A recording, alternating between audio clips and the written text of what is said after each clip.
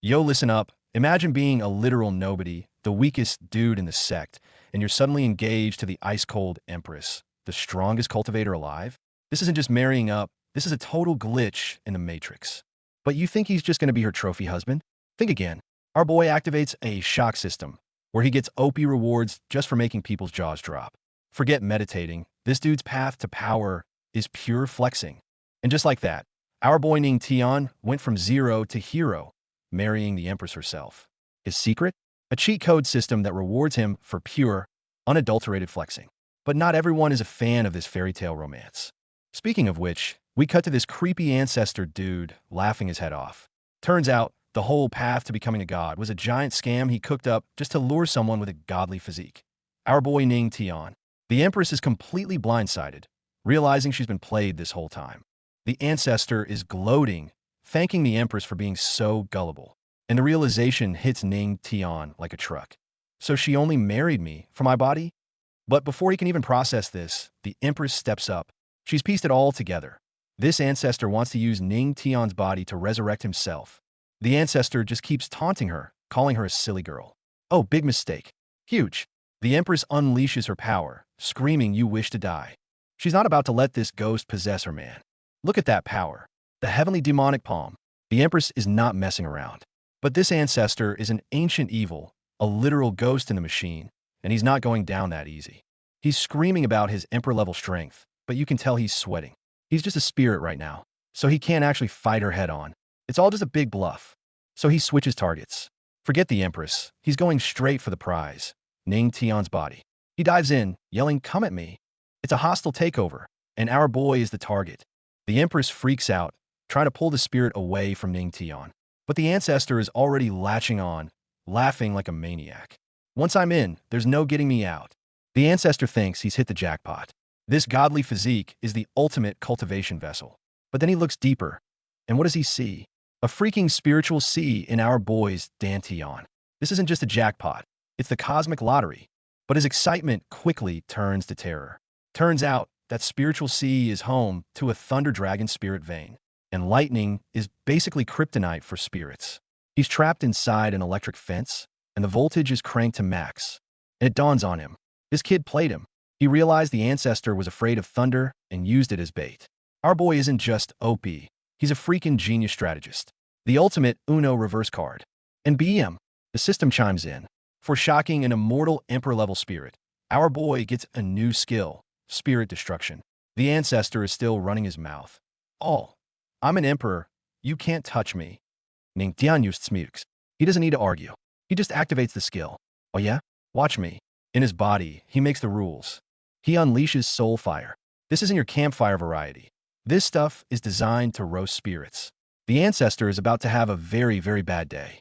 The spirit destruction skill hits full force, and the ancestor is completely overwhelmed. This is an absolute beatdown. Our boy is on a whole different level. The ancestor is screaming, trying to fight back, but it's useless. Ning Tian looks down on him, cold as ice, and gives the final command: devour him. Game over, old man. Time to become a power-up. Ah! With one last scream, the ancient spirit is completely absorbed, turned into raw power for our boy. Meanwhile, the Empress has been watching this whole thing go down, and her mind is blown. The path to godhood was a scam, and the ancient demon she feared was just one shot by her supposedly useless husband. Her entire reality has just been shattered. She was originally thinking, "This guy touched me, he's got to pay." But now, she changes her tune. "Forget it. I was the one who got deceived. I can't let him get possessed because of my mistake." A queen protecting her king. With the battle over, Ning Tian floats down, calling out with a smirk, "Wife." The Empress looks up, tears in her eyes, a mix of shock and relief. "You weren't possessed?" She can't believe it. A low-level warrior just absorbed an immortal emperor's spirit. He's about to brag, but then his body starts overloading. Whoops. Looks like he bit off more than he could chew. The system warns him. Self-destruction imminent. At page skipping. Just as Ning Tian is about to explode from the sheer power overload, the Empress makes her move. She grabs him, using her own cultivation to suppress the violent energy inside him. Our boy is stunned. She's helping me? The feels are real, folks. An hour later, the storm finally subsides. Ning Tian is all good, though looking a little flustered. The Empress, meanwhile, is trying to play it cool, but that blush on her face tells a different story. And our boy knows how to play the game. He takes the demon's energy he just absorbed, forms it into a spirit pearl, and gifts it to his wife as a cultivation tool. Smooth. That's how you score points with the Empress. She warns him not to be so reckless next time, but you can tell she's secretly pleased. Seeing his chance, Ning Tian gets a little cheeky. Wife, since we just destroyed the heavenly demon, doesn't that make us traitors to our ancestors? The Empress shuts that down real quick. That ancestor was a fraud who deceived everyone for his own selfish goals. He wasn't worthy of the sect, she declares. So no, it doesn't count. Case closed. But there's a bigger problem. Without the manual, she can't break through to the next realm. If the Righteous Alliance attacks now, they're in deep trouble. Still, she's not one to give up. If they come, she vows, we will fight to the last breath. While the Empress is stressing about the future of the sect, she turns around and sees our boy is breaking through again. His cultivation speed is just insane. The fangirling is real as she whispers, it really is the godly physique. She decides to leave him to cultivate in peace. Little does she know, his system notifications are blowing up. Congratulations, you've reached 8-star. Congratulations, 9-star. The level ups are coming in hot and fast. And just like that, he smashes through the realm barrier and hits the 1-star spiritual realm. He's leveling up so fast, he's practically breaking the game. After stabilizing his foundation, our boy is ready for whatever comes next. Meanwhile, over at the rival Shadow Demonic sect, their top disciple, Een Sanshur, has arrived to see the sect leader. This Een Sanshur is a real prodigy, on the verge of breaking through to the Earth King realm. His master is hyped, thinking this is their chance to rise up. See, the Shadow sect has always been suppressed by the Heavenly Demonic sect. They respect the Empress's power, but they're old-fashioned, thinking a woman can't properly lead the demonic path. So, the sect leader gives Een Sanshur his mission. In 3 days, he's to attend the Heavenly Demonic Sect's Tao Conference and represent their sect. His job? To make a scene and boost their sect's reputation. Basically, he's there to crash the party. They heard about the recent lightning tribulation over at the Heavenly Sect and see it as a sign of weakness.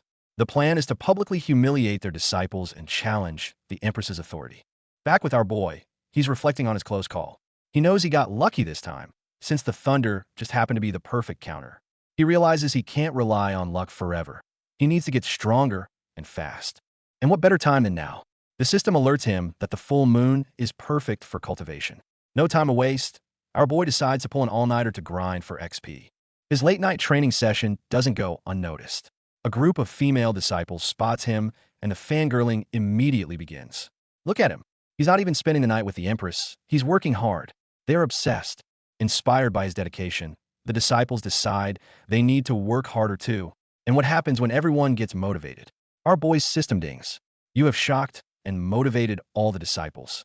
Reward: tenfold moonlight aura absorption speed. He's literally getting power-ups just for being an inspiration. He's like, what are they even shocked about? But hey, he's not one to question a free buff. He just shrugs and activates the tenfold absorption speed. Let's go. The moment he activates it, the very moonlight itself converges on him like a spotlight from heaven. The disciples below are losing their minds. Look, the moonlight is going towards him. The patriarch is truly divine. The commotion even brings the great elder running. He sees what's happening and can't believe his eyes. Is that the patriarch actually cultivating? The shock is palpable. Under the watchful eyes of everyone, the spiritual energy around Ning Tian forms a massive, glowing sigil. The spectacle is breathtaking, making him look like a god descending to the mortal realm. And just like that, another breakthrough. He's now a 2-star spiritual realm cultivator. He casually remarks, at this rate, I'll hit the Earth King realm in 2 months. He's showing off, and he knows it. The Great Elder is flabbergasted. It took him 2 years to make that same breakthrough. And this kid thinks he can do it in 2 months? The sheer audacity. Ding. You have shocked all the disciples and the Great Elder. Reward: faith cultivation. At page skipping. This new faith cultivation skill is a game changer. When his followers cultivate around him, their speed doubles, and a portion of the aura they generate gets funneled back to him. He's literally created his own personal power leveling party. Our boy already has plenty of followers, but he sets his sights on a bigger prize. If he can get the Great Elder, a master cultivator, to join his training sessions, the aura replenishment will be off the charts. So he makes his move, landing right on the Great Elder's shoulder and inviting him to cultivate together. The elder is completely caught off guard by this unique approach. Seeing the other disciples breaking through left and right, the great elder's resistance crumbles. He tries to play it cool, like, oh well, since you invited me, so kindly, but we all know he's dying to get in on this. But there's a catch. To join the cultivation circle, you have to say the magic words. The patriarch is the coolest. The great elder is mortified. I am the great elder. I can't say such shameless words. But the moment he finally caves and yells it out, whoosh, double the aura floods his body. The feeling is intoxicating. He immediately screams it again, this time with passion. The patriarch is truly the coolest. Welcome to the fan club, old man. With the combined power of the moonlight, the pearl, and the power of faith, the effect is even greater. The great elder is moved to tears, declaring that the heavens have truly blessed their sect. The next day, back at the heavenly demonic palace, the great elder is late for his meeting with the Empress. He explains he was late because he was cultivating all night with the patriarch. The other elders scoff at first, but when he describes how effective it was, they're all suddenly very interested. Take me with you next time. The Empress has to get them back on track. The Tao conference is about to begin, and geniuses from all over are coming. She reminds them that the disciples of the heavenly demonic sect must not fall behind. 3 days later, the conference begins. Sects from all over arrive, paying their respects. The Great Stone sect, the Splitting Mountain sect, everyone who's anyone is here. Even the Shadow Demonic sect makes their grand entrance. The sheer number of powerful cultivators has the younger disciples shaking in their boots. So many people have come, even the 3 great demonic geniuses. And the competition is fierce. We've got Ling Ao, the genius swordsman from the Heaven Soaring sect, and Een Sanshur, the notoriously cruel disciple from the Shadow sect. These guys mean business. But the biggest surprise is the arrival of the saint from Yaoqi. They never get involved in these things, so her presence here is a huge deal. The plot thickens. The Yaoqi saint asks about the patriarch, and the Shadow sect disciple scoffs. Him? Leading others? Nonsense. Right on cue, a group of heavenly demonic disciples have a collective breakthrough, screaming, the patriarch is a god. The timing is just perfect. Soon enough, the conference is underway. Our boy Ning Tian finally arrives on the scene, just in time for some action. He's not about to miss this chance to improve his skills. One of his own disciples, Li Changsheng, asks for guidance, and Ning Tian happily agrees. It's time to show everyone what he's made of. And it's a one-hit KO. Li Changsheng goes flying. The heavenly sect elders are thrilled, thinking victory is assured. But the smarter ones know not to celebrate too early.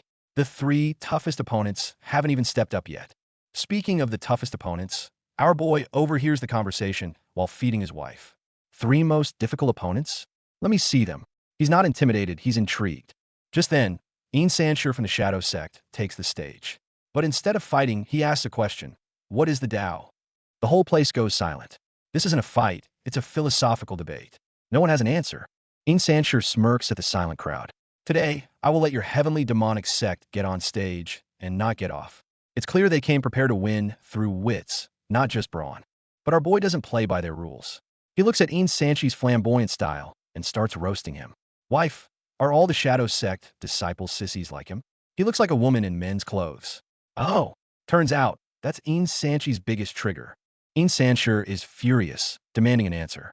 Ning Tian just leans back, totally unimpressed. Sissy is such a simple question, even worthy of being asked at a Tao conference. The disrespect is legendary. At page skipping.